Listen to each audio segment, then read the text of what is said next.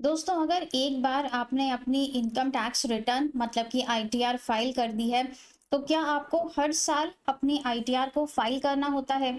बहुत सारे लोग तो इसी गलतफहमी में अपनी आईटीआर को फाइल कर देते हैं कि कहीं हमें इनकम टैक्स डिपार्टमेंट से कोई नोटिस ना आ जाए।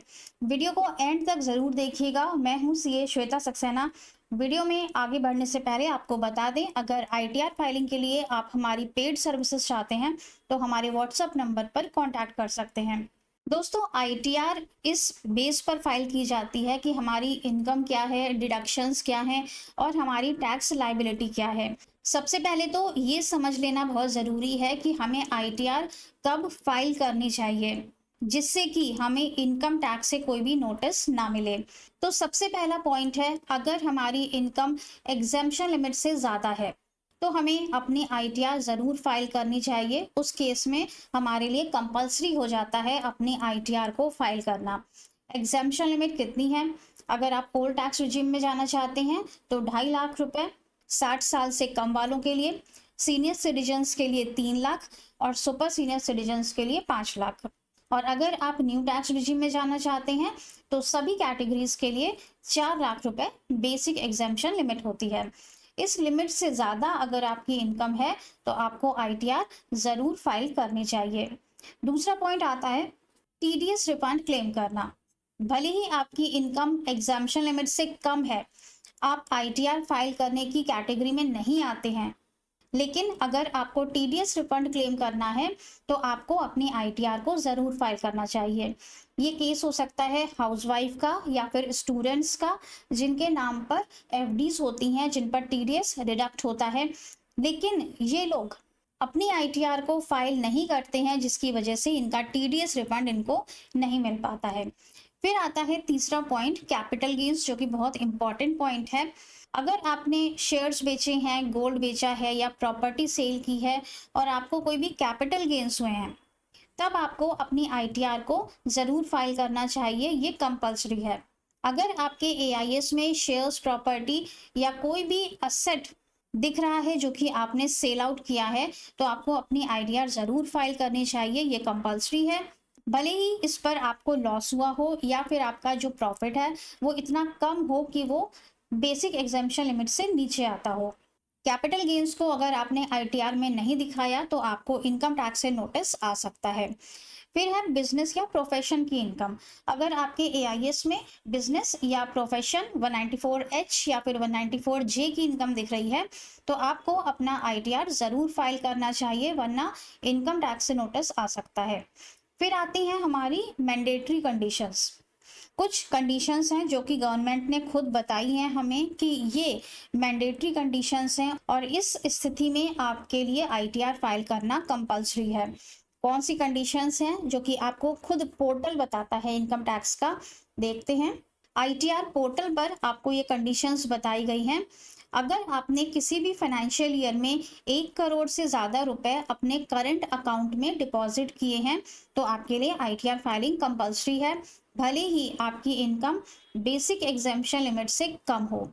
दूसरा है, अगर आपने किसी भी फाइनेंशियल ईयर में 2 लाख रुपए से ज़्यादा फॉरेन ट्रैवल पर खर्च किए हैं, तब भी आपके लिए आईटीआर कंपलसरी है, और भले ही आपने वो खर्चा अपने लिए किया हो या आपने किसी अदर पर्सन के लिए किया हो। तीसरा है, अगर आपने किसी भी फाइनेंशियल ईयर में 1 लाख रुपए से ज़्यादा बिजली का कंजम्पशन किया है, बिजली बिल का पेमेंट किया है, तब भी आपके लिए आईटीआर फाइल करना कंपलसरी है। और इसके बाद एक लास्ट कंडीशन और आती है, लॉस कैरी फॉरवर्ड।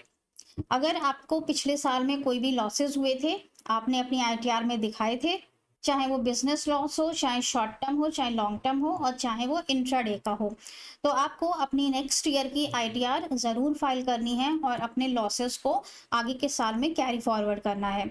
अगर आप आईटीआर को फाइल नहीं करेंगे तो लॉसेस ऑटोमेटिक कैरी फॉरवर्ड नहीं होते हैं, फिर आप आगे के साल में सेट ऑफ कैरी फॉरवर्ड नहीं कर पाएंगे। तो ये सारी कंडीशंस ऐसी हैं जिसमें कि भले ही आपकी इनकम बेसिक एग्जेम्पशन लिमिट से कम आ रही है, लेकिन फिर भी आपके लिए आईटीआर फाइल करना बहुत ज़रूरी है। अब हम बात करते हैं कि कब आपके लिए आईटीआर फाइल करना ज़रूरी नहीं है। अगर आपकी इनकम बहुत कम है, कोई भी टैक्स लायबिलिटी नहीं बनती है, आपको रिफंड क्लेम नहीं करना है, जो मैंडेटरी कंडीशंस हमने पोर्टल पर देखी हैं, वो आपके ऊपर अप्लाई नहीं होती हैं, और जो हमने पिछली स्लाइड में देखी थी कंडीशंस, वो सारी कंडीशंस भी आपके ऊपर अप्लाई नहीं होती हैं, तो आपके लिए आईटीआर फाइल करना मैंडेटरी नहीं है। एक छोटे से एग्जाम्पल से हम इसको समझते हैं। मान लेते हैं कि पिछले फाइनेंशियल ईयर में आपकी सैलरी थी 9 लाख रुपए की और आपने अपनी आईटीआर को फाइल किया था। अब आ गया फाइनेंशियल ईयर 25-26। इस साल में आपने अपनी जॉब छोड़ दी या किसी वजह से आपको जॉब छोड़नी पड़ गई और आपकी इनकम 9 लाख से घटकर 2 लाख पर आ गई। अब आप सोच रहे हैं कि हमने पिछले साल आईटीआर को फाइल किया था, तो क्या इस साल भी हमें आईटीआर को फाइल करना चाहिए? कहीं हमें इनकम टैक्स से नोटिस तो नहीं आ जाएगा? तो इस साल क्योंकि आपकी इनकम बेसिक एग्जेम्पशन लिमिट से नीचे आ गई है, तो ज़रूरत नहीं है आपको इनकम टैक्स रिटर्न फाइल करने की। लेकिन जो कंडीशंस हमने अभी डिस्कस की हैं, वो आप चेकलिस्ट एक बार ज़रूर चेक कर लें कि कहीं आपको टीडीएस रिफंड तो क्लेम नहीं करना है, कहीं आपके एआईएस में कैपिटल गेन, बिजनेस इनकम या प्रोफेशनल इनकम दिख तो नहीं रही है, कहीं आपको अपने लॉसेस को कैरी फॉरवर्ड तो नहीं करना है। तो ये सारी चीज़ें आपको देखनी पड़ेंगी और उसी के हिसाब से आप डिसाइड करेंगे कि आपको आईटीआर फाइल करनी है या नहीं। और वैसे दोस्तों, अपनी आईटीआर को फाइल करना हमेशा अच्छा होता है क्योंकि इससे हमें बहुत सारे बेनिफिट्स होते हैं। अगर आपकी कोई इनकम नहीं है तो आप निल आईटीआर भी फाइल कर सकते हैं, और अगर आपकी कम इनकम है तो आप कम इनकम दिखाकर भी अपनी आईटीआर को फाइल कर सकते हैं। हमारे यूट्यूब चैनल पर बहुत सारे ऐसे वीडियोज़ हैं जिसमें आपको आईटीआर फाइलिंग सीखने को मिल जाएगी, और ज़्यादा मुश्किल नहीं होता है। अगर आपकी आईटीआर कॉम्प्लिकेटेड वाली नहीं है तो आप बहुत आसानी से उसे खुद फाइल कर सकते हैं, सिर्फ 10-15 मिनट में। आईटीआर फाइल करने से बेनिफिट्स हमें क्या-क्या होते हैं? आईटीआर हम as a income proof use कर सकते हैं। हमें क्रेडिट कार्ड लेना है या हमें कहीं पर अपनी इनकम का प्रूफ दिखाना है, बहुत सारी जॉब इंटरव्यूज़ में भी आपसे इनकम के प्रूफ मांगे जाते हैं, तो उसके लिए हमारी आईटीआर काम आती है।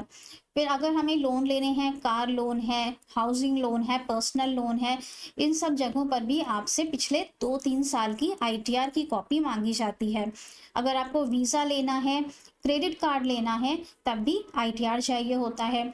और फाइनेंशियल रिकॉर्ड अगर आपको मेंटेन करना है या आपको ईडब्ल्यूएस कैटेगरी में लो इनकम के लिए रजिस्ट्रेशन करवाना है, तब भी आपको आईटीआर की कॉपी की ज़रूरत पड़ती है। इसीलिए अपनी आईटीआर को ज़रूर फाइल करिएगा। और वीडियो अच्छा लगा हो, जानकारी आपके लिए यूज़फुल रही हो, तो हमारे चैनल को सब्सक्राइब ज़रूर कर लीजिएगा।